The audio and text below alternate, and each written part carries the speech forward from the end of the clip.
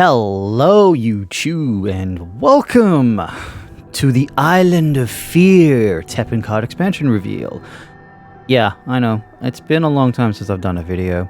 Don't know really what I could say here. I took a break a bit from TEPPEN and was just kind of relaxing on it for a bit. And haven't really put videos out there, and, you know, just, I was just really on a pause.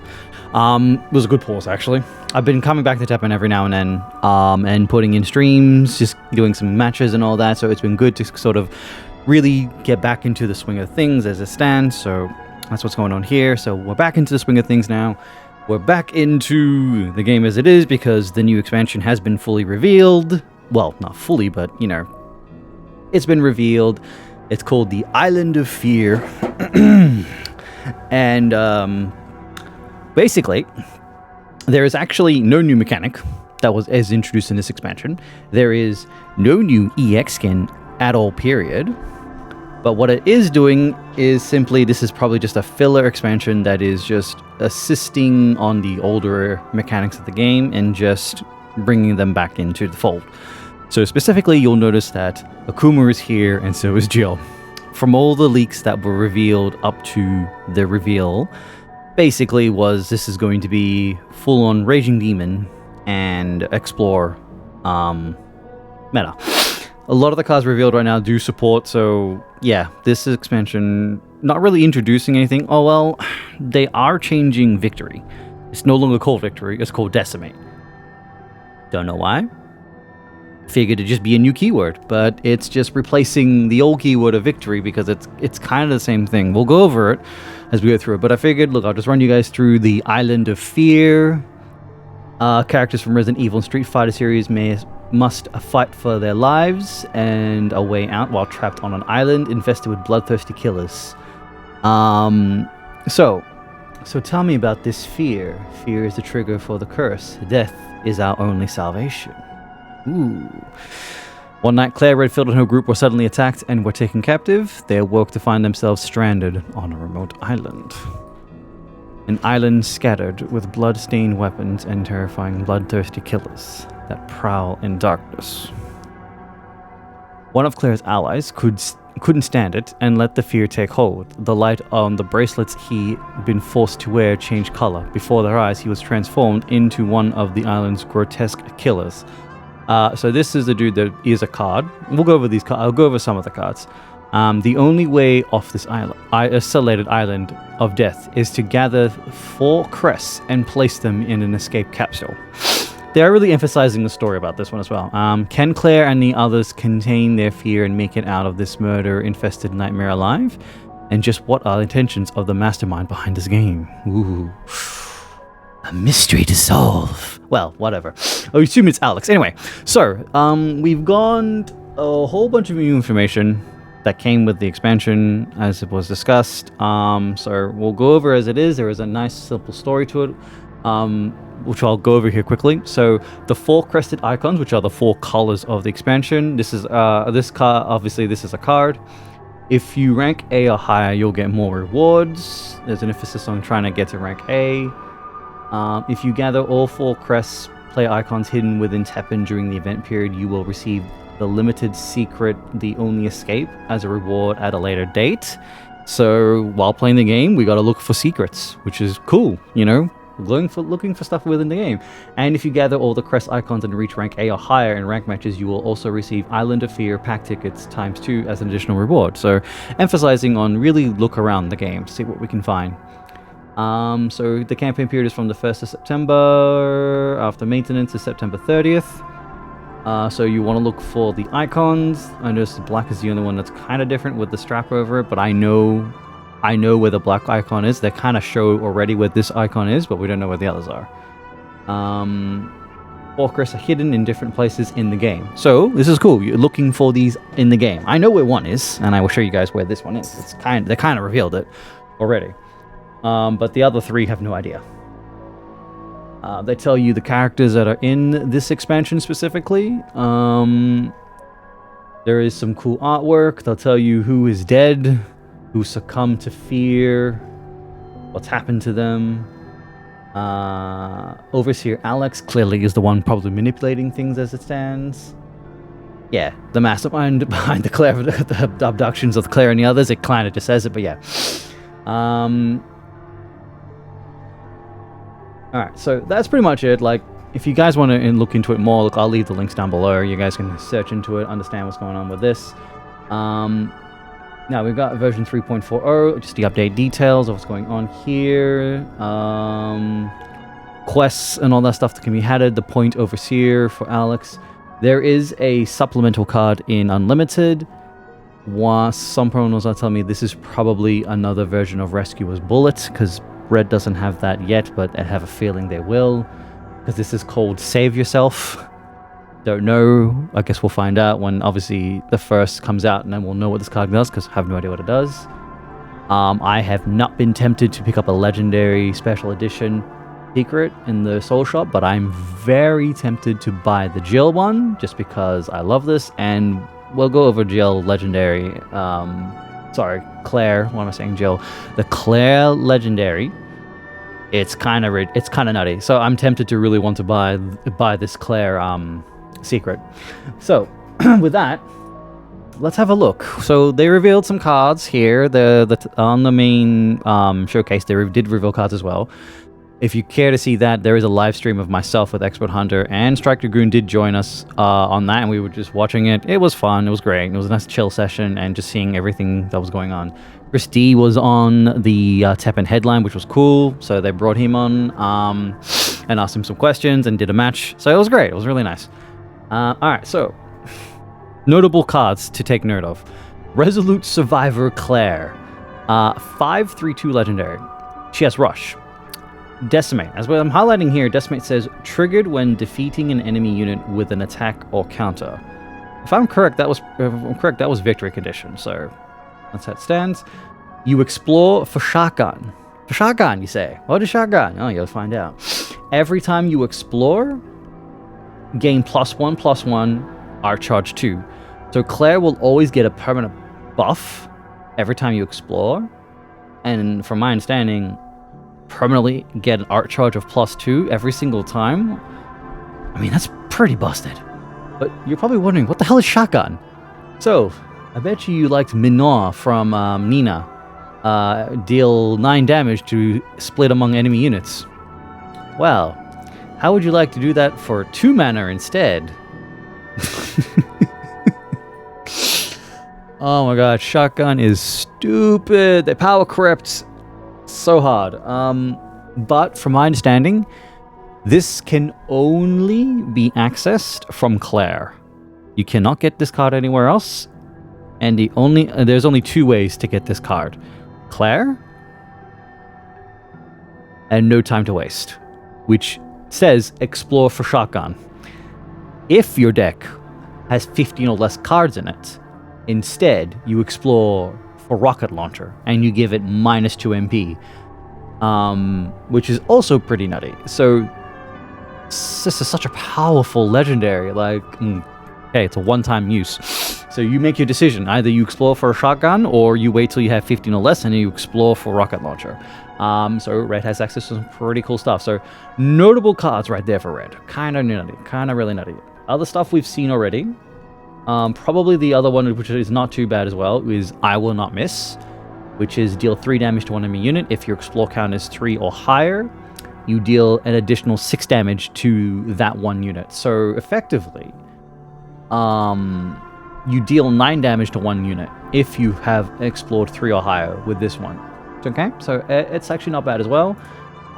Yoon's okay. I think overall we're probably going to go Yang. Yang was revealed in the leaks, and I think Yang's better. But Yoon's not bad. You know, activate the following effects in sequential order.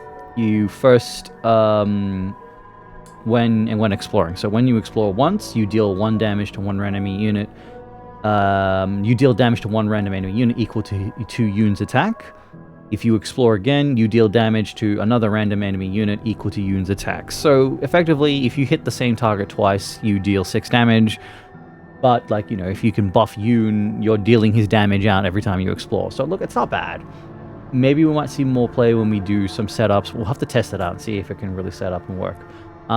So those are the most notable cards out of red that are very, very powerful. And what's interesting is, let's see, they go in some details. Resolute Survivor Claire is really powerful, legendary, so powerful. A card that deals 9 damage split among enemy units. This unit can also art charge 2 and simultaneously strengthen itself in the process. Yeah, so they're explaining about the legendary Claire card. I think it's a little too strong, but hey, they power crept a lot of things. They really went out. They're showcasing example decks. Not exactly the best example decks, but you can have a look. But I think if you look at it carefully, you'll realize this is not... this example deck is... you could probably build better. Alright, so green elements. So a lot of people were really happy to see Cinnamon enter the fold now, which is nice. A lot of people like her. So her legendary is a 3-cost 1/5. While she's on the field, for every 5 seconds... she gives all friendly units 1 HP, and you heal +1 life. Now, the best way to play her is Green Quest. There are units that do get benefits when a hero is healed and stuff like that. Cinnamon sort of really triggers that, but mainly you're going to run her with the quest stuff. Like, she's good in that fact because, one attack line is 10 seconds, so she can heal twice, but it's only 1 HP. If her heal was more than 1 HP, I could see her being played a little bit more outside than just Green Quest, but I feel like it's kind of pushing her to Green Quest because Green Quest really need the HP to trigger their effects. I just wish she kind of healed for more. That's all. That's about it. Let's see. Green got another amazing legendary. This is really good. Stay close. Give 1 friendly green unit with an MP cost of 5 or less. While on the field, all action card effects that affect this unit gain +1/+1 for 5 seconds. So effectively, if black or purple or red is just dealing out the damage, they throw out the brain control, they're throwing out the destruction. If you counter with stay close, you nullify all that to a buff. And your unit stays on the field. Let's say black throws out sibling memory, which is blow up the field. That's 8. You spent 4 and you've saved one of your units. And it's like, and you can push for damage, which is amazingly good. Purple tries to brainwash it. You can do this. Obviously, you need to stay close. Has to be played at the right time. You got to make sure you have the mana for it, and you got to make sure that you can stop, that they can't do anything to recounter it. Same thing applies to red. Just on play damage. It's just damage. If you can nullify it at the end with stay close, all that damage effects will then just be buffing your unit, which is great. Like +1/+1 for everything. And it's only for 5 seconds, but you only need it just for that, just one interaction. So stay close is great. Amazing legendary. Lone Wolf Survivor John is also a really good legendary. I'm glad that Green got something here. He is a growth unit. He's got agility, 527. He gains +1/+1 on the first growth, and he deals damage to 1 random unit equal to his attack. On his next growth, again +1/+1, and deal damage to 1 random enemy unit equal to his attack. And you deal it additional 2 more times on the second growth. So that's cool. John is really strong. What makes him even stronger is this card.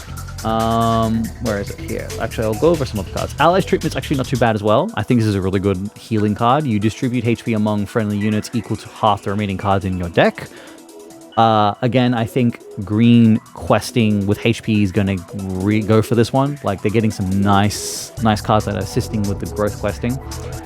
This is the card here. It's the 1-cost action unintentional escape. You return 1 friendly unit to the X pocket. If that unit has growth, also give it, when played, give this unit 5 growth points. And they show like a preview with John.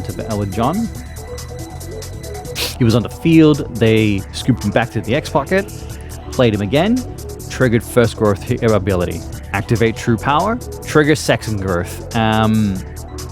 Really good. Like And the thing is with this card, it doesn't have to actually trigger growth, but you obviously want to trigger growth because you get the most value out of this. But you can save any friendly unit, not just green. I think that was it. Give one friendly unit. No, deadly bear strength. No. Yeah, notable cards. Those are the notable ones for green. Again, they showcase a green deck. Example, I'm just going to say you don't need to worry about the example decks. Anyway, moving on to purple. I love that Rose is a legendary. I love it. The Guiding Survivor Rose. So, Locke got a pretty big buff with some support. So, she has Shield, 525. Whenever one of your board slots is inflicted with Lock, you give one other random friendly unit +1/+1 and one random enemy unit -1/-1. Really good. Whenever Lock is removed, you draw one card and you add it to the X pocket. Give that card -1 MP. So, she's already going to be synergizing extremely well with Maria, with all the lock cards that basically lock your board. So if she's on the field and Maria's on the field, you give Maria +1/+1. And whenever lock is removed, so on your opponent's side of the field as well, if lock is removed, you're drawing with Rose. Rose is going to let you keep drawing for purple. I think Rose is amazing. I think it's a really good card. Lock is getting a lot of support right now. So that's really good. Time Distorted, a 1-cost legendary. It gives one random unit with an MP cost of 9 or less in your opponent's hand or X pocket plus 1 more MP. So easy explanation is if they've got an FDR in their hand and you activate this, it hits the FDR. FDR is now 7 instead of a 6-drop. At memory 7, instead you give all the units of 9 MP or less in your opponent's hand and X pocket plus 1 MP. Originally, I think we were looking at this and we thought it said all cards, but actually it's just units. So honestly, this is just a throwaway. This is just a cycle. This is just cycle. They've got a high cost unit in their hand. It's going to pick one of them. It's going to cost 1 extra MP than usual, which I think can still throw them off because they're probably, they're saving for their MP to play the units. And because it costs extra, it can throw them off. So it's all right. Killing Machine Lechku for purple. I think from what we were looking at when we were judging this one, this is basically good for Temptation Purple Halt, because this thing it's an 8-drop, it's 2/5, not amazing. It has flight. At memory 4, you can place Killing Machine Lechku onto the field. And memory 7, you give all friendly units on your field +1/+2. So the other one that you play for free at memory 4 has flight, same stats, 825. While on the field, it gives all enemy units slow. Every time you resonate, you give all friendly machine units +1 attack, effective for 1 attack only. Which kind of sucks, because if that was a permanent buff, I think it'd be pretty good. I don't know where I'm going to see these two be played, to be truthfully honest, but I figured Temptation, just because it's, high units, resonating, halting, this gives slow, kind of going with these things. I'm trying to think now. Notables for purple. Reignited Malice. Return 1 random unit in your graveyard with an MP cost of 5 or more to your X pocket. And memory 4, additionally give 1 random action card in your graveyard -1 MP, then return it to your X pocket. Not bad. I don't think that's a bad card for purple. It's nice for them to get the graveyard rolling again. They can get some stuff back. Natalia we know of. She's really good. She's going to synergize well with Rose. Just because she's going to keep giving HP. So there's a lot of really nice synergy with the lock already. So definitely look into that one. I like Manat. Manat has been revealed. She's in a big drop, 3/7. She has combo. While she's in your hand or X pocket, you give this unit -1 MP whenever a board slot is inflicted with lock. So not just your own, but your opponent's as well. So you can actually get her down from 8 to whatever. It's like basic Ada. you drop her down, you get her down to low MP, and then you can place her to bounce units. Minot is basically the kind of reverse of that one. Instead, she's just a more aggressive unit that has combo, because she's a 3/7. So she's got pretty good stats, and she can hit the board and has combo. I mean, if you can sort of synergize effectively well with Rose as well, Rose with Minot to give her a buff, synergize with Natalia. Talia can keep giving HP to Minot, keeping Minot alive, I think is really good as well. Corner Prey, I think, is also a very good 2-cost epic for purple. Halt one enemy unit for 5 seconds, randomly lock one of your open board slots for 10 seconds, and then you deal 2 damage to all enemy units inflicted with Halt. Again, this is really nice. A nice new 2-cost epic for purple. So purple got some really nice cards in here. What else was in here? I think Dr. Psych is interesting enough. At Memory 2, he's able to return all enemy units with 1 or less attack to the X pocket. Like, he returns all, not just 1. So if there's more support to minusing attacking, and then you drop Dr. Psyche, you can bounce almost their entire board. If you manage to reduce all 3 of their units down to 1 attack or less, like, you can bounce everything. It's just, yeah, it's good. And he's a 4-cost, so he doesn't cost that much. I believe that is the notables out of purple. So purple got some nice stuff here. And to finally cap this off, we have the black cards, the black elements. So Alex and her transformation we've seen, that's been revealed. The 2 that got away. This is pretty damn powerful. 2-cost epic for black. You place 1 random unit in your graveyard with an MP cost of 4 or less and ascend onto the field. We're still trying to debate. I'm sure we're trying to understand this. I think we're explaining that this unit brings back a 4 MP or less unit that has Ascension in it and places on the field. I don't know if it actually gives it the Ascension status, but it's specifically targeting 4 or less MP. If it has Ascension in it, it'll play it. That's the keyword. It's looking for cards that have Ascend in their text, and it will put that on the field. So you get a unit back. Probably right now one of Black's most really strong units. So if you loved Alexia and Alfred from back in the day, get ready to meet their new counterparts. So Devil Joe is a 5-cost 3/7. When played, you sacrifice 2 life. Ooh, familiarity's there. When he ascends, he gains +1/+2. That's not so familiar. And then he gives 1 random enemy unit -6 HP. Alexia popped a 5 MP or less. This dude is minusing 6 HP. Practically can almost knock out almost a single unit. Like, and it's a 4/9 when you ascend it. Like, it's so strong. Devil Joe just became such a badass of a card. It's so powerful. I think, like, damn, man, this is really power creeping up here. And the reason I'm saying Alfred, we'll get to a card soon, and then you'll understand why. Mutant Pedro was also revealed already recently. He was already done with the Twitter reveals and all that, so he's a good Dissension unit. Like, he's definitely going to be playing him. Chainsaw Ganado, which we assumed was the cheaper version of Alexia, because technically it is. It's a 4-cost unit that is, when it ascends, it pops a random unit with an MP cost of 4 or less, which was exactly what Alexia was doing, but there was no life sacking. But that's on Devil Joe, but Devil Joe is only minusing 6 HP, which technically can still pop anything, depending. Like, it's -6 HP to a random unit. Most units can get knocked out by it, so that's what's going to happen. Cooldown, I think, is worthy.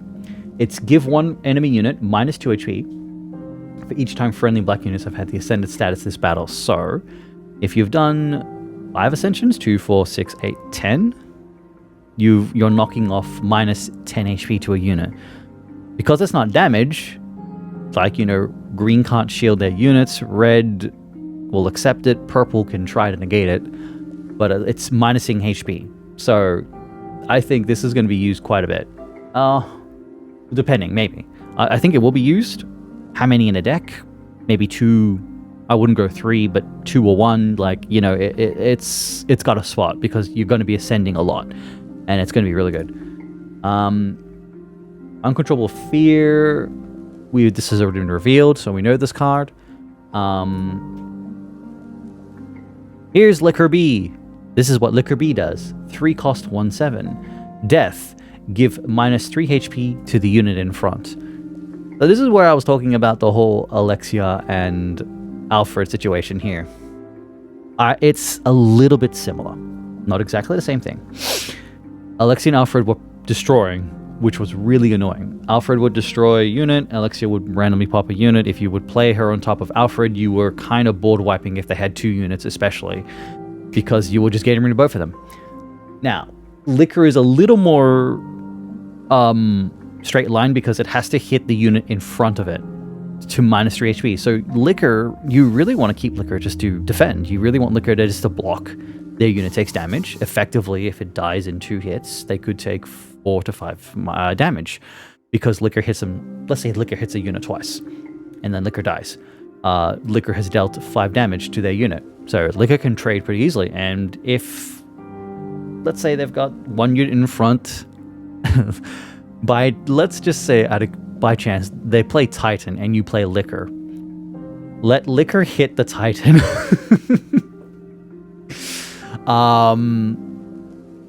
Oh, actually, wait. No. It won't really trigger because Titan has a shield. But hypothetically speaking, if you are able to at least break Titan's shield in some way, what you would simply need to do is, if Titan's on the unit in the field, I would drop a Liquor and I would drop Devil Joe. And I would guarantee -9 HP to Titan like that. Titan's not a big deal. It's just, that's just a random scenario I'm throwing out there. Because, you know, they've invested 10 for that. And 5, 6, 7, you've invested 8 to deal 9 damage to Titan, and they couldn't stop it because it was -HP, and Titan comes with 10 HP. So, Titan's not really a big deal at that point. And you got Devil Joe that got buffed. But, honestly, what you really want to do with Liquor, you want Liquor to be on the field for longer, tank some hits, and then, you know, make sure it, if it dies, the 3 damage to the unit in front. However you want to see play fit, but Liquor is definitely Ascension fodder. Ascension is going to be really strong. Liquor is going to be in the decks. Orthrus was also revealed. I think Orthrus is good. Orthrus is a 3 cost 2/5. When this unit ascends, it gains +1 attack. Okay, so it's a 3/3/5 when you ascend. What it also does is, if you have another unit on the field that does have the Ascension, has Ascension in it, and it's not ascended, it's just on the field, Orthrus will give a unit, friendly unit on your field, their Ascension status. So the demo they showcased, they did showcase like a demo reveal of it. So the black player had 1 unit on top lane, and then they played 2 Fox in the middle, and then they played Orthrus bottom. The opponent had 2 units on the field. They played Orthrus. They Raging Demon Orthrus to blow up the unit in front. Orthrus is ascended. Orthrus gained +1 attack. It then gave 2 Fox its Ascension status, so 2 Fox became a 3/5 unit, and just like that. So it's pretty interesting that it's giving Ascension to units that, if they don't have their Ascension status, it'll just give them the Ascension. So Black also got some pretty ridiculous stuff, but that's pretty much it. This is the new set, and that's pretty much it. That's pretty much it. This is it. This is a whole bunch of the cards that we're getting. Some of the cards we're getting, there's still a few cards that have not been revealed. We're still missing out a bunch of stuff. We're probably going to have to wait until next week to get all the information, because I'm pretty sure they're done revealing cards. I don't think we're going to get anything else new anymore. We just have to be patient now, as it stands. But, like, you know, it was a pretty cool reveal. The Island of Fear is among us. It is definitely supporting Antibody and Raging Demon. Like, Lock is getting some really good support. Lock for purple is probably going to really shine now. I think Growth in green is going to be really good as well. Quest Green probably will be really good. I think we sort of like, we were trying to judge what we're seeing right now deck-wise out of the colors, like the main ones. You're probably looking at around maybe 3 in red. There is 2 in green, 1 or 2 in purple, depending. You've got at least 2 in black, so there is some choice decks there to go around. Like, I'm definitely going to be building, definitely going to be playing, definitely going to be testing, so it's going to be fun. All of that's going to be happening 1st of September, so looking forward to it, guys.